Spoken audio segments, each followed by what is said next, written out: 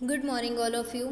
આજે આપણે ગદ્ય 20 સંસ્કૃત ભાષાયામ વિશિષ્ટમ સંસ્કૃત ભાષાની વિશેષતા વિશે અભ્યાસ કરીશું. સંસ્કૃત ભાષા એટલે સૌથી પ્રાચીન ભાષા અને બધી જ ભાષાઓની જનની તરીકે ઓળખવામાં આવે છે. આપણા જૂના જેટલા પણ શાસ્ત્રો, સાહિત્ય, વેદ, ઉપનિષદ જે પણ કંઈ કહીએ, ધાર્મિક પુસ્તકો પણ કહીએ તો બધામાં આપણને સંસ્કૃત ભાષા જોવા મળે છે. સંસ્કૃત ભાષાનું પહેલાંના સમયમાં અને આધુનિક સમયમાં કેટલું મહત્ત્વ રહ્યું છે અને રહેવાનું છે એ આપણને આ પાઠ દ્વારા સમજાવ્યું છે. સંસ્કૃત ભાષાની અનેક વિશેષતા છે. એક તો આ આપણા ભારતની પ્રાચીનતમ ભાષા છે. વળી તે આપણી સાંસ્કૃતિક રાષ્ટ્રીય ભાષા પણ છે, આપણી ધાર્મિક ભાષા છે. તે ભારતીય પ્રાચીન સભ્યતા અને સંસ્કૃતિ વાહક છે. આ ઉપરાંત સંસ્કૃત ભાષા માત્ર ભારતીય ભાષાઓની જ નહીં પરંતુ વિશ્વની અનેક ભાષાઓની જનની છે. આપણે મૂળ બધી ભાષાઓનું જે મૂળ જોવા જઈએ તો એના મોટાભાગના શબ્દો આપણને સંસ્કૃત સાહિત્યમાંથી જ પ્રાપ્ત થતા જોવા મળે છે. સંસ્કૃતની ખ્યાતિ સર્વત્ર છે, પરંતુ અત્યારે પ્રાચીન જમાનાની જેમ બોલચાલની ભાષા રહી નથી. પ્રાચીન સમયમાં સંસ્કૃત ભાષા બોલચાલની ભાષા હતી, પણ આધુનિક સમયમાં સંસ્કૃત ભાષાનો આપણે ભાષા તરીકે લોપ થતો જોવા મળે છે. આને લીધે લોકોએ તેની સાથે આત્મીયતા બંધાતી નથી. એક ભાષા તરીકે સંસ્કૃતની જે ખૂબીઓ છે તે જનસમાજે જાણવી જરૂરી છે. પ્રસ્તુત પાઠમાં તે દિશાના પ્રવૃત્તિનો ઉપક્રમ અને પ્રયત્ન કરવામાં આવેલો છે. અહીં સંસ્કૃતની ભાષાગત વિશેષતાઓની સાથે તેમાં રહેલું અભિવ્યક્તિ સામર્થ્ય અને અભિવ્યક્તિ માટે વિવિધ વિકલ્પોને સમજાવવાનો પણ ઉપક્રમ રાખેલો જોવા મળે છે. ભાષાંતર જોઈએ તો વયમ જાનેય, આપણે જાણીએ છીએ, સંસ્કૃત ભાષા સર્વાસામ ભારતીય ભાષાણામ જનની વર્તતે. સંસ્કૃત ભાષા બધી જ ભારતીય ભાષાઓની જનની છે. અતઃ ચ સંસારે યા ભાષાયા સંતિ તાસુ સા પ્રાચીનતમા ભાષા. બરાબર. હવે શું કહે છે કે વળી સંસારમાં જે ભાષાઓ છે તે સર્વમાં સૌથી જૂની ભાષા છે. અસ્યા ભાષા અનેકવિધમ વૈશિષ્ટ્યમ અસ્તિ. આ ભાષાની અનેક વિશેષતાઓ છે. અત્ર ઉદાહરણ રૂપે કશ્ચિત વિશિષ્ટ્યમ પ્રદર્શયામ. અહીં ઉદાહરણ રૂપે કેટલીક વિશેષતાઓ દર્શાવવામાં આવેલી છે. પ્રથમ વૈશિષ્ટ્યમ, પહેલી વિશેષતા, સંસારસ્ય સમસ્ત પુસ્તકાલયેષુ પ્રાચીનતમ ગ્રંથ વર્તતે ઋગ્વેદ. સંસારના સૌથી જૂના સંસારના સર્વ પુસ્તકાલયોમાં સૌથી જૂનો ગ્રંથ ઋગ્વેદ છે. અયમ અપી સંસ્કૃત ભાષા એવા ગ્રંથ. આ પણ સંસ્કૃત ભાષાનો જ એક ગ્રંથ છે. એવં સંસારસ્ય પ્રથમ પુસ્તકમ અપી સંસ્કૃતસૈવ વર્તતે ન તુ કસ્યાશ્ચિત અન્યસ્યા ભાષા. આમ સંસારનું પ્રથમ પુસ્તક પણ સંસ્કૃતનું છે, દુનિયાની બીજી કોઈ ભાષામાં નહીં. અનુવાદ જોઈએ તો આપણે જાણીએ છીએ કે સંસ્કૃત ભાષા છે એ બધી જ ભારતીય ભાષાઓની જનની છે અને સંસારમાં જેટલી પણ ભાષાઓ છે તેમાંથી સૌથી પ્રાચીન ભાષા આ છે. આ ભાષાની અનેકવિધ વિશેષતા છે અને એનું ઉદાહરણ રૂપે અહીં કેટલીક વિશેષતાઓ પણ પ્રદર્શિત કરેલી છે. પહેલી વિશેષતા, સંસારના સર્વ પુસ્તકાલયમાં સૌથી જૂનું જે પ્રાચીન ગ્રંથ છે તે ઋગ્વેદ છે. આ પણ સંસ્કૃત ભાષામાં જ લખાયેલો ગ્રંથ છે. આમ સંસારના પ્રથમ પુસ્તક પણ સંસ્કૃત ભાષામાં જોવા મળે છે, અન્ય કોઈ બીજી ભાષામાં નહીં. બીજી વિશેષતા જોઈએ તો દ્વિતીયમ વિશિષ્ટ્યમ, બીજી વિશેષતા છે, સંસ્કૃત ભાષાયા વર્ણમાલા અસ્તિ. સંસ્કૃત ભાષાની જે વર્ણમાળા છે તત્ર વર્ણક્રમ નિર્ધારિત વર્તતે. તેમાં વર્ણક્રમોને નિર્ધારિત કરેલા છે. સવૈજ્ઞાનિક તાર્કિક ચ અસ્તિ. તે વૈજ્ઞાનિક અને તર્કસંગત છે. પ્રકૃતિ સર્વેભ્ય માનવે યત ઉચ્ચારણ તંત્ર પ્રાપ્તમ અસ્તિ. પ્રકૃતિ દ્વારા મનુષ્યને કુદરત પાસેથી ઉચ્ચારણ તંત્ર મળેલું છે. તસ્ય અનુસરણ કૃત્વા, તેનું અનુસરણ કરીને અત્ર વર્ણમાલાયા વર્ણાનામ ક્રમ નિર્ધારિત વર્તતે. તેમાં વર્ણનો ક્રમ નિર્ધારિત કરેલો છે. ઉચ્ચારણ તંત્રસ્ય અનુસારમ, ઉચ્ચારણ તંત્રનું અનુસરણ કરતા અકારસ્ય ઉચ્ચારણ પ્રથમ ભવતી. અકારનું ઉચ્ચારણ પહેલાં થાય છે. અતઃ વર્ણમાલાયામ અકાર પ્રથમ વર્તતે. એટલે માટે તો વર્ણમાળામાં અકારને પહેલાં મૂકવામાં આવે છે. એવમેવ વ્યંજનવર્ણેષુ કકારસ્ય ક્રમ પૂર્વે ચકારસ્ય ચ ક્રમ પશ્ચાત વર્તતે તસ્યાપી કારણત ઇવ. આથી જ વર્ણમાળામાં અકાર પહેલાં આવે છે.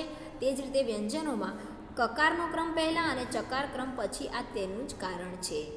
અન્યાસુ ભાષાસુ યા વર્ણમાલા સંતિ તત્ર એતાદૃશ તાર્કિક વૈજ્ઞાનિક ક્રમ ન મિલતી.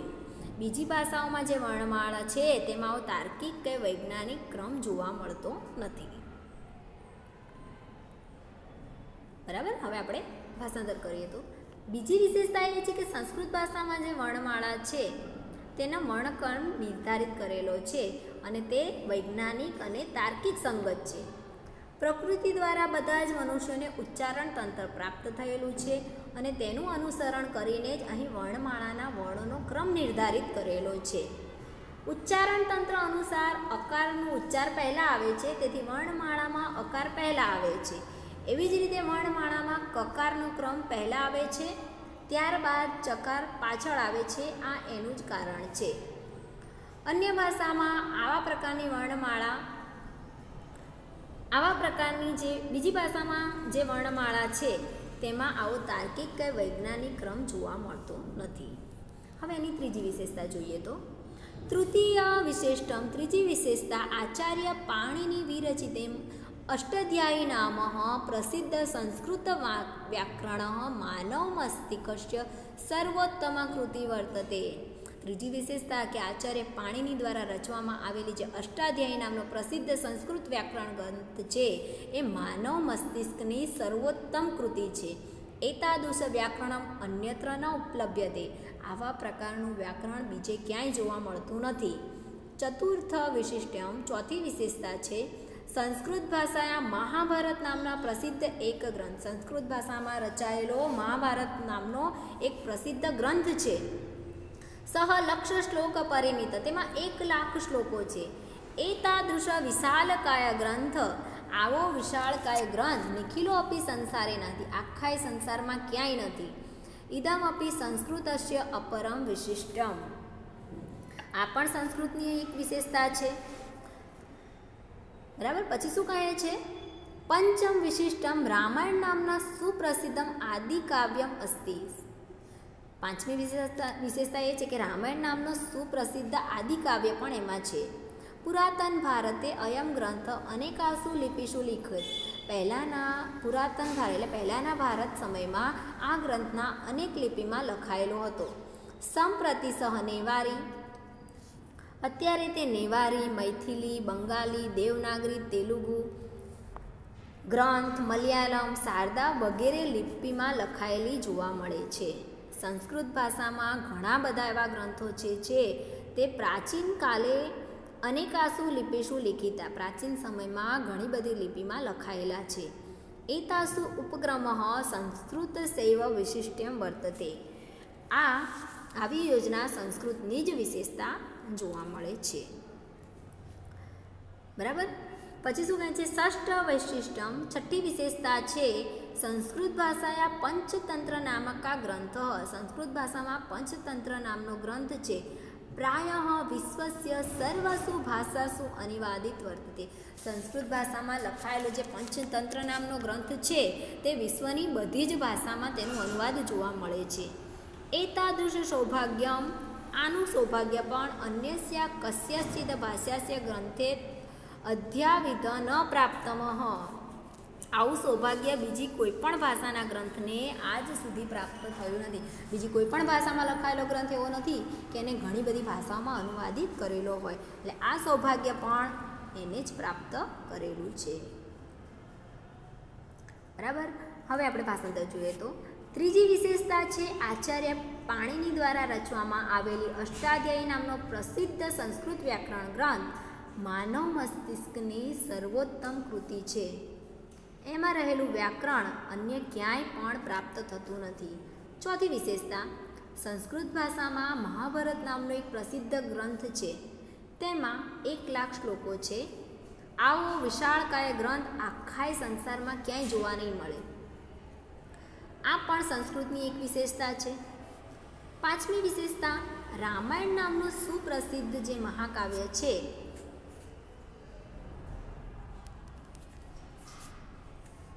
રામાયણ નામનું સુપ્રસિદ્ધ આદિકાવ્ય છે. પહેલાંના સમયમાં ભારતમાં આ ગ્રંથ અનેક લિપિમાં લખાયેલું જોવા મળે છે. હાલમાં તે નેવારી, મૈથિલી, બંગાળી, દેવનાગરી, તેલુગુ ગ્રંથ, મલયાલમ, શારદા વગેરે જુદી જુદી લિપિમાં લખેલું જોવા મળે છે. સંસ્કૃત ભાષામાં આવા ઘણા બધા ગ્રંથો છે જે પ્રાચીન સમયમાં અનેક લિપિમાં લખાયેલા હોય. આ પ્રકારનો ઉપક્રમ જ સંસ્કૃતની વિશેષતા દર્શાવે છે. છઠ્ઠી વિશેષતા છે કે સંસ્કૃત ભાષામાં પંચતંત્ર નામનો એક ગ્રંથ છે જે વિશ્વની બધી જ ભાષામાં અનુવાદિત થયેલો છે. આવું સૌભાગ્ય બીજી કોઈ પણ ભાષાના ગ્રંથને પ્રાપ્ત થયું નથી.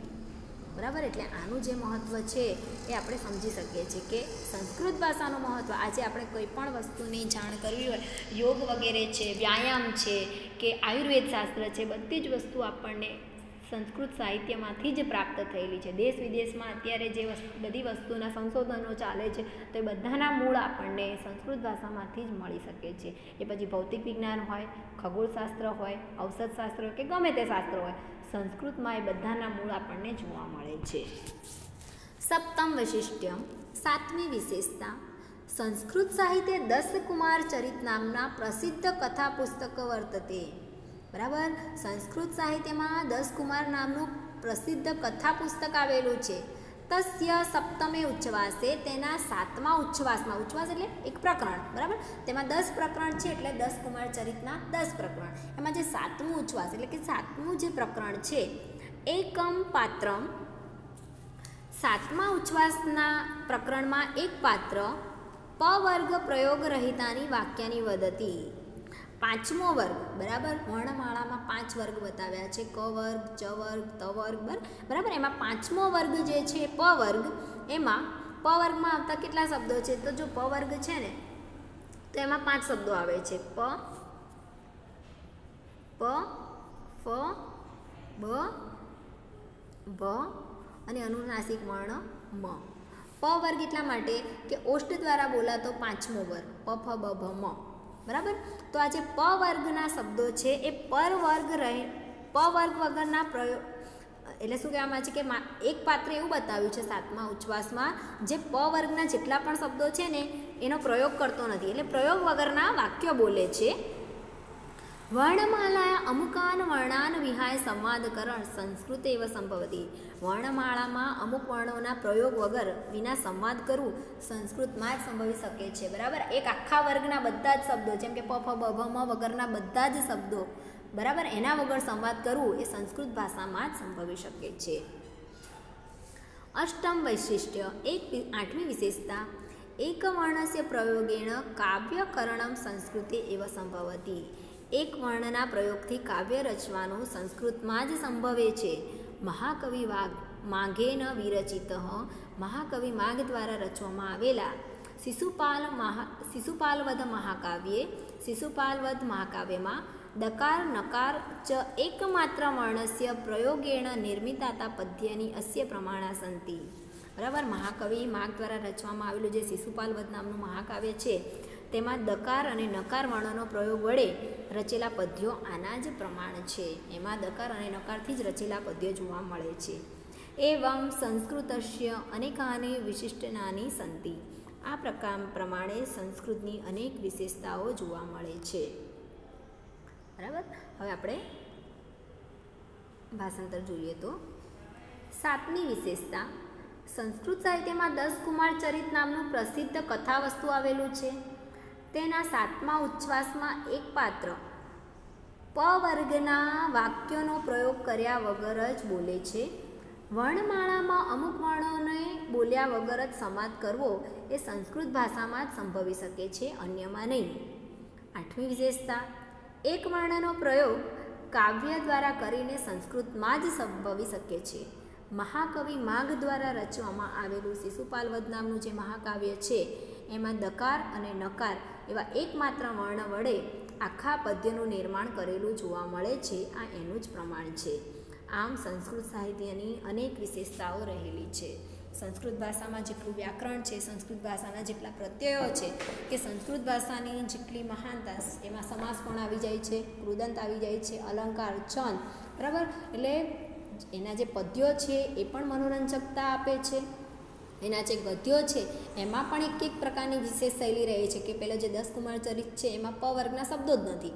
જેમ કે શિશુપાલવધ નામનો જે ગ્રંથ છે એમાં દકાર અને નકારથી શરૂ થતા શબ્દો છે, બરાબર. અને કાલિદાસના જે તે નાટકો છે એમાં એમના જે વસ્તુ નિરૂપણ છે એની ગૂંથણી ખૂબ જ ઉત્તમ કોટીની છે. એટલે આ બધી વસ્તુ આપણને સંસ્કૃત સાહિત્યમાં જ પ્રાપ્ત થાય છે, અન્ય કોઈ પણ ભાષામાં નહીં, કે અન્ય કોઈ પણ ભાષા એવી નથી કે તમને આ રીતે બાંધી શકતી હોય, બરાબર. એટલે અહીંયા સંસ્કૃત સાહિત્યની વિશેષતાઓ જણાવો એ પ્રકારનો જો પ્રશ્ન પૂછાય તો તમારે આ બધી વિશેષતાઓને અહેવાલ લખવાનો રહેશે, અને આ પાઠ તમારે ભાષાંતરની દ્રષ્ટિએ પણ તૈયાર કરવાનો રહેશે. આભાર.